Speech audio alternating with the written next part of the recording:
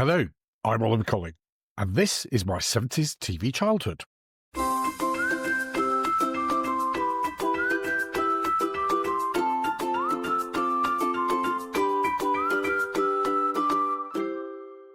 Hello again, and welcome back to my 70s TV childhood. We are a podcast which takes you back in time. Back to a time where parents dressed themselves and their offspring in green, beige and orange clothes. To a time where Britain was facing up to the reality that we weren't top dog in the world anymore, as 3-day weeks and power cuts underlined our economic frailties, and where families gathered together around a flickering box in the corner of the living room and shared moments on television in a way which didn't happen either before or after that time. In short, we're looking back to the 1970s, and for those of us who were lucky enough to be children at that time, we are sharing fond memories of our childhood. I was born in the late 60s, well, 1967 to be exact, so that makes me years old, and I'm on a mission to make sure that all of you who share my experience of growing up in 70s Britain have a place to share memories and to take a short time out every week to go back to more carefree days of childhood, where life was so much more straightforward, and where our television set provided a window into a very different world to our own. So let's just remind ourselves what watching TV was like in 1970s Britain. We had 3 channels, not all of which broadcast all the time. Sorry, for the benefit of our listeners in the US who may have just fallen off their chairs, I'll repeat that. We had 3 channels. There was very little in the way of video recording, and certainly nothing like today's catch-up streaming services. So if you wanted to watch a particular TV programme, you had to be in front of the box on a certain day at a certain time, otherwise you missed it. And that was that. Television was also a great source of common identity in our society. Still being a relatively new innovation, what you watched on television was discussed at home, in the workplace and at school. It was a unifying force for us all, and I personally was hooked. Now, I have mentioned this before on the podcast, that my mother used to say I'd end up being a bin man if I carried on watching so much television while I was a child. I don't know what she had against bin men, but looking back, I do see where she was coming from. I consumed whatever was on the television with gusto, and found it all absolutely fascinating. So much so that 50 years later, I'm still talking about it. But, as now we're into our 6th season, it's become clear that I'm not alone. There are thousands of you out there who've listened to the podcast, and it struck a chord with you as you keep coming back for more. And that's why we've been going for so long. Every week I receive messages and emails from listeners all over the world who've come across the podcast, and it's awoken memories of their own which they then share. It is really quite humbling how many of you have been in touch over the years, and for that I say a huge thank you. If you'd like to share any of your memories of growing up in 70s Britain, suggest future subjects for the show, or even correct one of my many misremembered facts, then you can do so in a number of ways. You can leave a comment on our blog at www.my70stvchildhood.com, or on our social media sites on Facebook, Twitter/X, YouTube and LinkedIn. Or alternatively, you can email me, oliver@my70stvchildhood.com. We would love to hear from you. Now, one of the really interesting things that I notice from the many messages I get is that many of our listeners find mentions of certain shows very evocative. And they often bring back happy memories of time spent watching television as a family, or with parents or brothers or sisters. That is a really lovely thing, and it is something that I do from time to time as well, particularly as, like I suspect many of you listening, both my parents have passed away. And memories of happy times, laughing, or indeed crying sometimes together at what was on TV are very precious. Many of you have said that your earliest memories of watching TV were of watching with a parent, particularly mums. And so it's no surprise that Watch with Mother is mentioned by lots of you as an early TV memory. For the 1950s, the BBC recognised that there were lots of women at home with young children to look after, so created a special place in the developing TV schedules for them to take a bit of time out and put their young children in front of the television for 10 or 15 minutes and just relax. But in order for that to work, they needed some decent shows for that lunchtime slot. So many of us grew up watching the likes of The Wooden Tops, Bill and Ben, the Flower Pot Men, both of which I loved, and Andy Pandy, which, as I mentioned in previous occasions, I absolutely hated. There were also some of my absolute all-time favourites like Kenwick Green, Trumpton and Chigley, aka the Trumptonshire Trilogy, The Herbs, Mary Mungo and Midge, and Barnaby the Bear. We've covered lots of these shows in previous episodes, but today I'd like to focus on one in particular, which has gained a very special place in UK folklore and has been voted the nation's favourite children's TV programme in a BBC poll. It first appeared on 12th of February 1974 and immediately grabbed a place in viewers' hearts.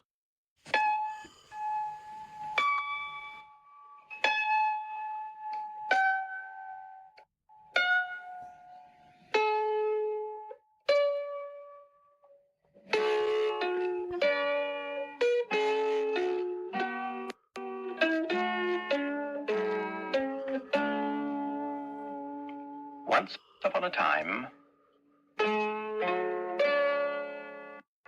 not so long ago,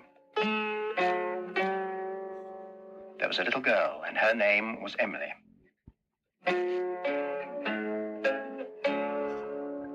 And she had a shop. There it is. It was rather an unusual shop because it didn't sell anything. You see, everything in that shop window was a thing that somebody had once lost, and Emily had found, and brought home to Bagpuss. Emily's cat, Bagpuss. The most important, the most beautiful, the most magical, saggy old cloth cat in the whole wide world.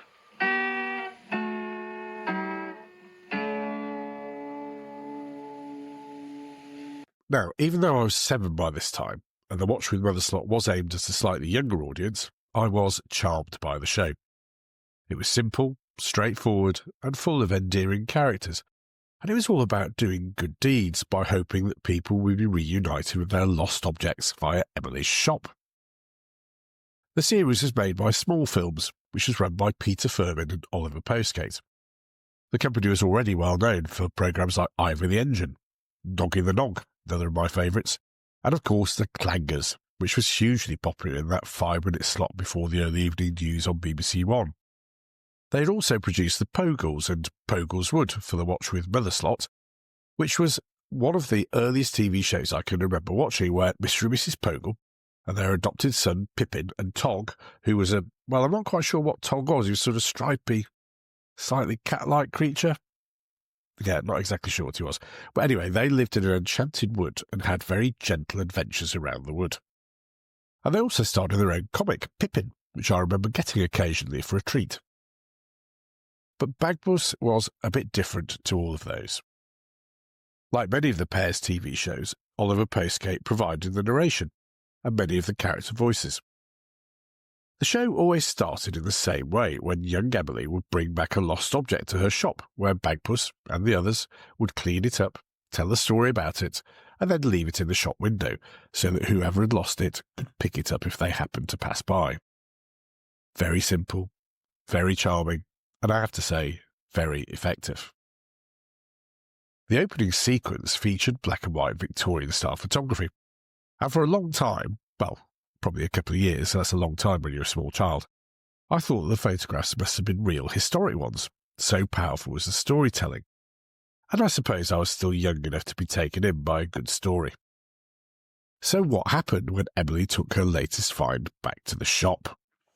One day, Emily found a thing. And she brought it back to the shop and put it down in front of Bagpuss, who was in the shop window, fast asleep as usual. But then Emily said some magic words. Bagpuss, dear Bagpuss, old fat furry catpuss, wake up and look at this thing that I bring. Wake up, be bright, be golden and light. Bagpuss, oh hear what I sing.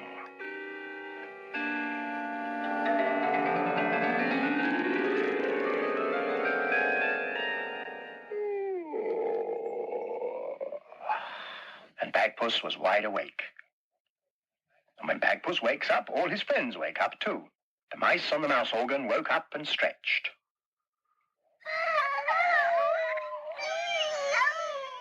Madeleine, the rag doll. Gabriel, the toad. And last of all, Professor Yaffle, who was a very distinguished old woodpecker. He climbed down off his bookend and went to see what it was that Emily had brought.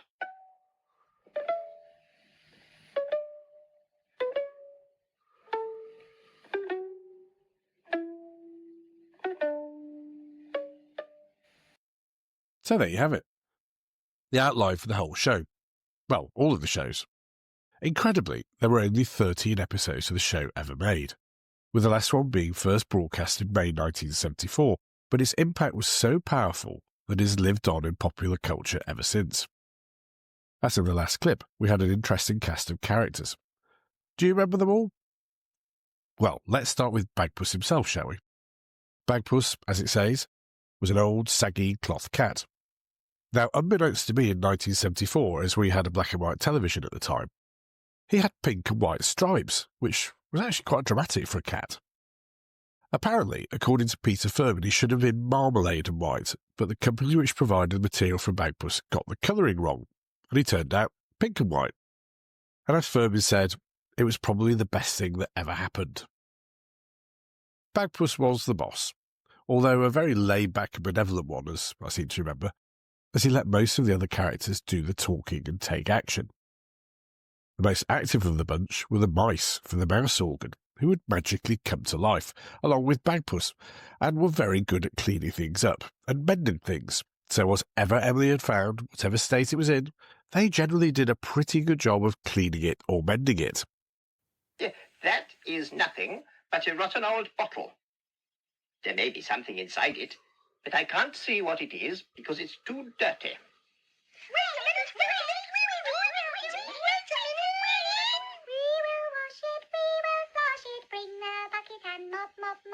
We will dust it, we will brush it, we will polish it, top, top, top. We will wash it, we will splash it, bring a bucket and mop, mop, mop it. We will dust it, we will brush it, we will polish it, top, top, brush it, we will polish it, top, top, top. Madeleine was a rag doll who sat in a rocking chair, and Gabriel was a toad with a banjo. Well, of course he was, who provided regular musical accompaniments to the stories. And finally, Professor Yaffle, who was a bookend in the shape of a woodpecker, and a rather pompous know-it-all, who would challenge the others looking to show his superior knowledge. He'd often dismiss the items brought back by Emily as junk, but then those blinking mice would get on the job. Well, that is a pink elephant. It's made of straw, it's very tatty, and it hasn't any ears. I'm not surprised it looks sad. What it needs, first of all, is a good clean-up.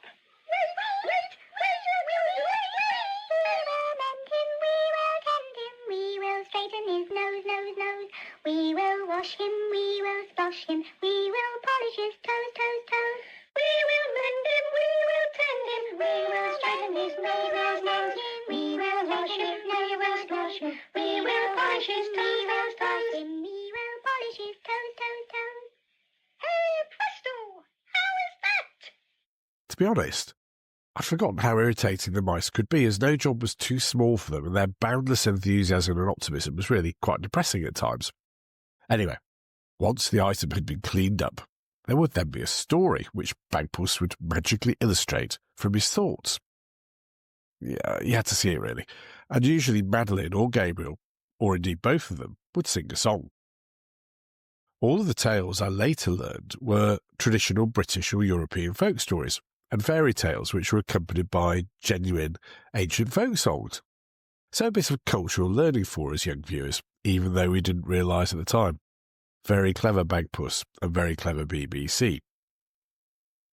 I do remember several of the stories very well, especially the one about the water princes who spent their time looking for a lost crown in ponds and lakes, and eventually, as they spent so much time there, they turned into dragonflies. And all dragonflies that we see around water are these princes still looking for the lost crown. I suppose it appealed to my imagination, even if Professor Yaffle wasn't impressed by it one little bit. A water princess had to marry somebody, but the trouble was she didn't like any of those proud, stupid water lords. She just couldn't bring herself to choose one of them. But suddenly, she had an idea. Then the princess replied that at last she decided. She smiled very sweetly and gave a deep sigh. Then she cried, I will marry the one who will carry my small silver crown to me back from the sky. Then upward she sped, took the crown from her pretty head and threw it as high as she could in the sky. Eh? What? That's not the end of the story. What happened next? You can't just stop in the middle of the story like that. What did the water lords do next? Oh, they're still looking for the crown, I expect. You can see them sometimes. Oh, the water lords took magic and they flew up in the skies. Their cloaks were turned to wings and they grew enormous eyes. Here they fluttered, here they skirted, here they hovered, hot and bothered, and you and I would call them dragonflies. If you sit beside a pool when a summer evening's cool, see their shining bodies gleam as they flit above the stream. They would cause you no surprise. We would call them dragonflies. Yes, you and I would call them dragonflies.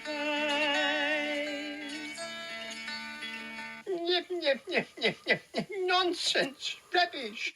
Dragonflies are just dragonflies. They aren't water princes searching for anything. They're just sort of large flies. I know. It's only a story. Not a word of it is true. It's a watery fairy tale. So, after 12 minutes or so, the item was explained and put back together by the mice, and we'd had a nice story and a song. Nothing too racy, nothing controversial, but really comforting, safe, and heartwarming tales, which left the audience feeling a warm glow inside. And then, once their work was done, Bagpuss began to feel a bit tired. Bagpuss gave a big yawn and settled down to sleep. And of course, when Bagpuss goes to sleep, all his friends go to sleep too. The mice were ornaments on the mouse organ. Gabriel and Madeleine were just dolls. And Professor Yaffle was a carved wooden bookend in the shape of a woodpecker. Even Bagpuss himself, once he was asleep, was just an old, saggy cloth cat. Baggy and a bit loose at the seams. But Emily loved him. I love that closing sequence, and I can still recite it by heart. Indeed, it used to be one of my party pieces when I was a teenager and into my early 20s, as it went down very well with young women, who might even deign to talk to me once I had recited that. It did get to the point where some young women would ask me to do it at parties. Anyway, that's another story. It just goes to show the enduring appeal of Bagpuss. And although the show hasn't been repeated for a while, it has featured in popular culture, with Bagpuss, for example, appearing in Children in Need, or even getting his own set of postage stamps in 2010. So the show has proved to have an enduring legacy and is still fondly remembered. In fact, one of the questions most often asked of me when people find out about this podcast is, "Oh, have you done Bagpuss yet?" Well, I guess after today, the answer to that is categorically yes. What memories do you have of Bagpuss? Can you still remember the closing lines and summer stories? Do let me know by getting in touch with the podcast via the means I mentioned earlier. You can also find some links in our show notes. Well, that's all we have time for this episode. Join us again next week for the next instalment of our 70s-based TV trivia quiz. And again in a fortnight for the next edition of the regular podcast. If you like what you've heard, then do tell your friends. We'd love to see them here.